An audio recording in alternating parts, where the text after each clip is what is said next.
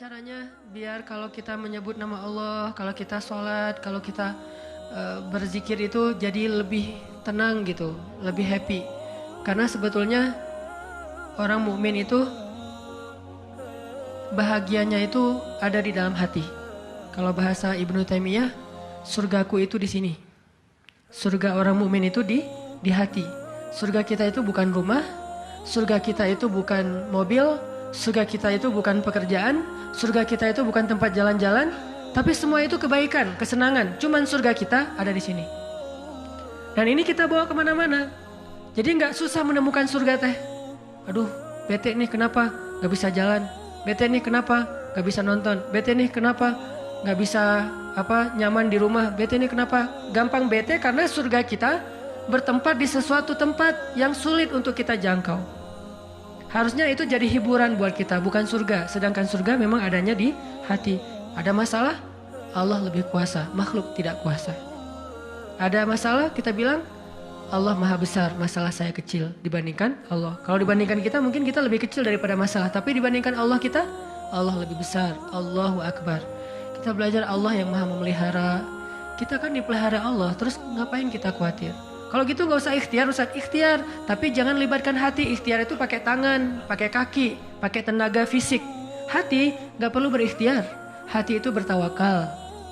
Fisik kita berikhtiar, hati kita bertawakal. Jangan sampai hati kita ikut ikhtiar, ini bahaya nih. Kalau hati kita ikut ikhtiar, berarti kita lebih percaya kepada makhluk daripada Allah. Nanti akan mentok, kalau udah mentok putus asa, itu penyebabnya.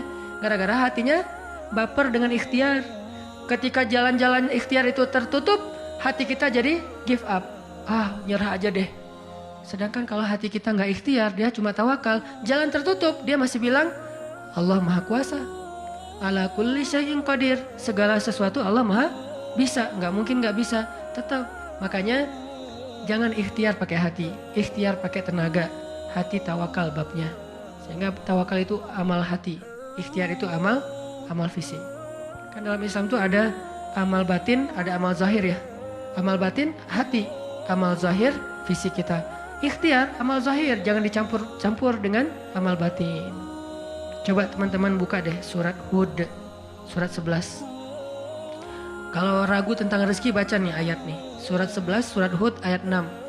Wa ma min dabbatin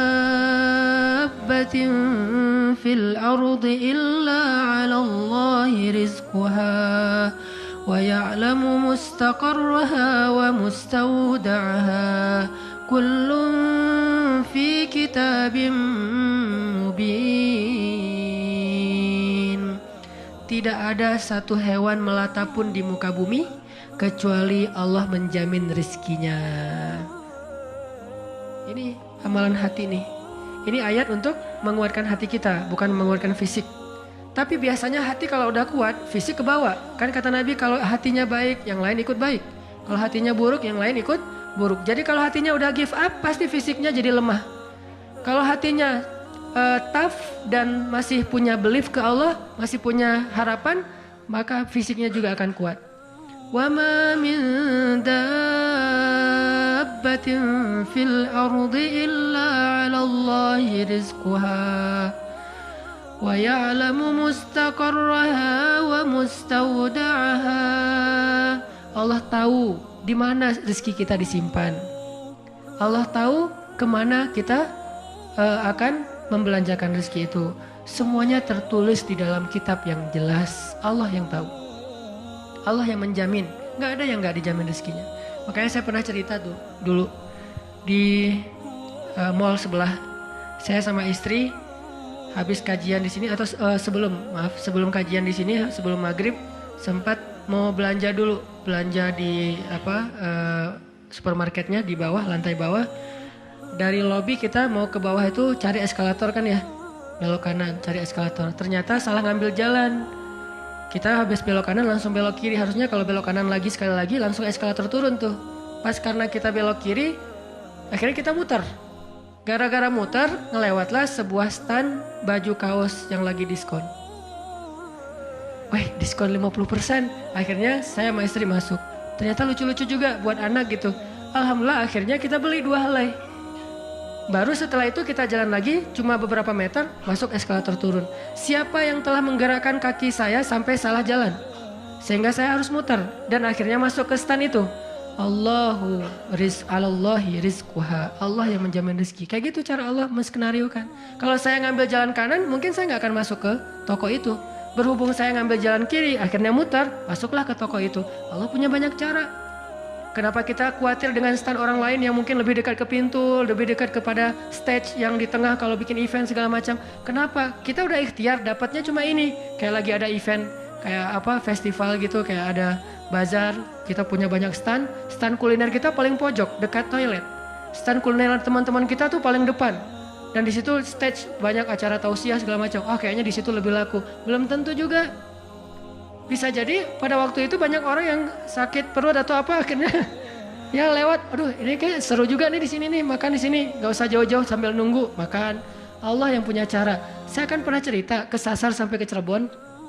Kenapa kesasar? Ada suatu hari Minggu kayak lagu. Ada satu hari Minggu nih. Bingung kita pengen keluar sama keluarga sama anak-anak. Kita keluar yuk. Saya bilang ke anak-anak, "Hayo," kata anak-anak. "Kemana?" "Ke Kota Baru aja. Di situ kan ada jam matahari tuh. Kita lihat jam matahari. Hayu naik mobil masuk tol nih." Pas sudah masuk tol Paster, berubah pikiran. Terlalu dekat nggak berasa liburan ya. Ya, terus mau kemana? Ke Jakarta aja yuk, ke Ancol.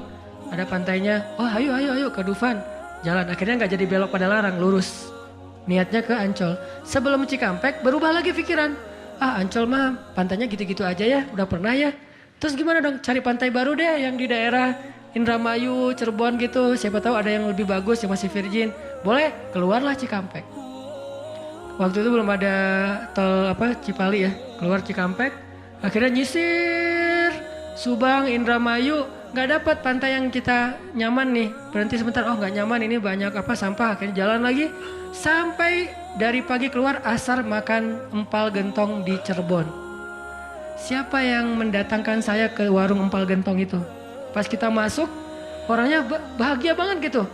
Kelihatan kalau dari pagi itu belum ada yang datang, belum ada pelanggan, sepi warungnya. Karena tempat parkirnya agak nyaman, langsung parkir di situ, makan empal gentong dan ternyata enak, kita bungkus. Orangnya tuh, alhamdulillah nih datang dari pagi belum ada yang datang, senang gitu. Dan saya bilang, "Pak, tahu nggak saya dari mana?" "Dari mana?" "Dari Bandung." "Mau kemana emang?" "Nggak kemana-mana." Muter. Jadi kita dari Bandung cuma pengen makan empal gentong di Cirebon ujung-ujungnya. Pulang sampai ke Bandung jam 10 malam, macet lagi tuh di Sumedang karena ada perbaikan jalan. Cuma pengen makan empal gentong, ngasih rezeki ke orang di Cirebon. Kayak gitu banget tuh caranya tuh, coba lihat cara Allah. Oh yakin nih sama Allah. Allah bisa banget ngedatangin. Kalau ini terjadi kepada orang lain, berarti kalau saya cari rezeki bisa juga caranya kayak gitu. Allah kan punya banyak cara. Cuman kadang-kadang atau seringnya kita nggak tahu cara itu, tahu hasilnya doang nih. Tiba-tiba dapat. Sesederhana itu kita berpikir, akhirnya sesederhana itulah syukur kita ke Allah. Kalau kita tahu gimana rumitnya rezeki itu datang ke kita, kita akan syukurnya lebih pasti tuh. Masya Allah ya, Allah ngedatangin rezeki ke saya tuh gitu-gitu amat. Sampai ada orang yang kesasar sekeluarga, bingung gitu. Tapi kan dia, kalau saya nggak cerita dia nggak akan tahu. Dia pikir cuma orang yang memang tinggal di Cirebon atau emang lagi jalan lewat kebetulan mampir. Artinya karena dia nggak tahu prosesnya, rasa syukurnya juga sederhana. Sama kayak kita nggak mensyukuri masakan istri kita kalau yang udah punya. Istri itu masak tuh rempong loh dari pagi, wah sampai ganti lagi. Kita nggak tahu ya, mungkin istri kita baru belajar masak, gagal 2 kali loh. Itu yang ketiga tuh, nggak enak pula. Udah gagal 2 kali. Dan kita pikir cuma masak sayur gini doang mah, sayur bening mah gampang. Kita kan nggak tahu prosesnya, sehingga apresiasi kita juga ya segitu-gitu aja. Kalau kita tahu prosesnya, walaupun cuma sayur bening sama telur ceplok, kita akan peluk istri kita, "Mah makasih banyak ya, Mama udah berkorban banget buat Papa. Mah hari ini makanan terenak sepanjang hidup Papa loh, Mah." Kenapa ngomong gitu? Karena tahu prosesnya. Gitu juga kita ke Allah. Karena kita nggak tahu proses rezeki itu Allah setting sampai datang ke kantong kita. Kita kayak ya alhamdulillah gitu doang. Tapi kalau kita tahu Masya Allah ya Allah alhamdulillah atas semua nikmat yang kau berikan, puji-puji Allah. Artinya teman-teman kalau galau tentang rezeki dari Allah, tentang pekerjaan, tentang kuliah segala macam termasuk tentang jodoh, coba baca ayat 6. Semua Allah yang jamin. Ini bab hati ya, lagi-lagi bab hati. Ikhtiar mah jalan aja terus, tapi hati Allahi rizquha, Allah yang menjamin. Itu baru jadi tenang nih mengingat Allah, tetap happy gimana-gimana juga. Dan ini ditaraddud, diulang-ulang. Coba diulang-ulang nih ayat nih. Jadikan salah satu ayat favorit. Kalau kita lagi galau langsung baca ayat ini berulang-ulang sendiri kalau bisa. Baca dulu terjemahannya, hafal. Kalau udah hafal terjemahannya tinggal baca ayatnya berulang-ulang. Sebelum tidur mungkin kalau yang paling tenang. Kalau khawatir nggak bangun tahajud ya udah sebelum tidur baca. Wa ma min dabbatin fil ardi illa 'alallahi rizquha. Diulang. Itu beda banget loh rasanya. Belajar untuk mentafakuri kebesaran Allah sehingga kalau kita nanti ada masalah mengingat Allah lebih mantap. Ini dua ya, satu teman, kedua sering-sering tafakur. Wa yatafakkaruna fi khalqis samawati wal ard. Tafakur. Dan sebetulnya teman-teman ya, kalau kita mau lebih persis nih, sholat duha itu ya emang sholat tafakur sebetulnya. Dulu para sahabat atau para anbiya sholat duha itu di tempat terbuka, di bukit, di kebun gitu. Sholat duha itu di tempat-tempat alam terbuka. Jadi benar-benar untuk tafakur alam. Sholat duha itu fungsinya untuk itu sebetulnya.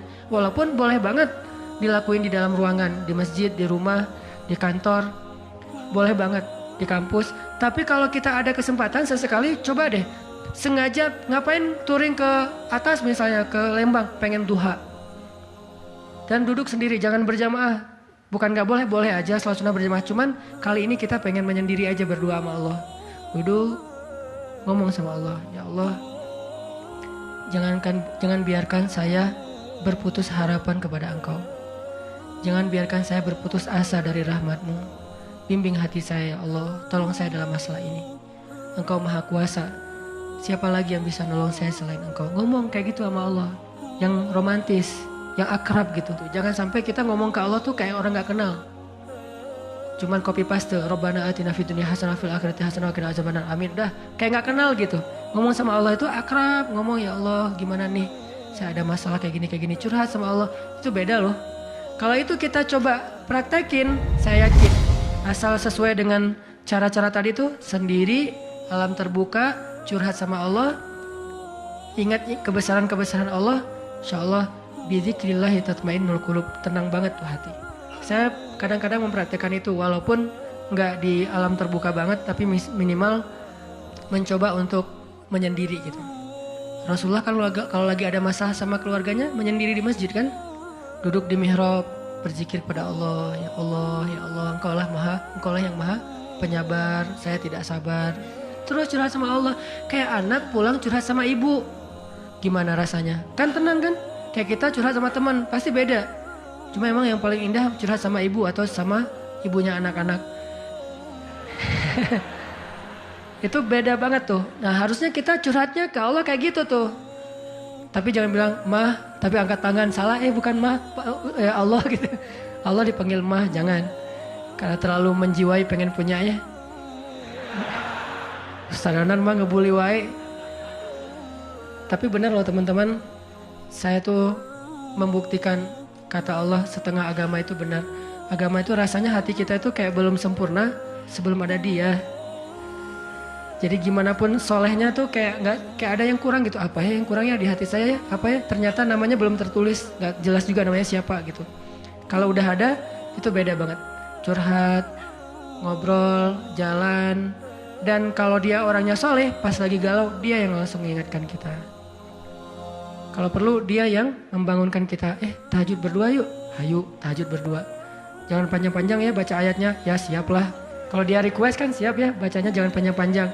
Kalau teman-teman yang request, kalian mah juga baju hijrah aja udah kayak gitu. Lihat nih gua nih salat tahajud nih 15 juz.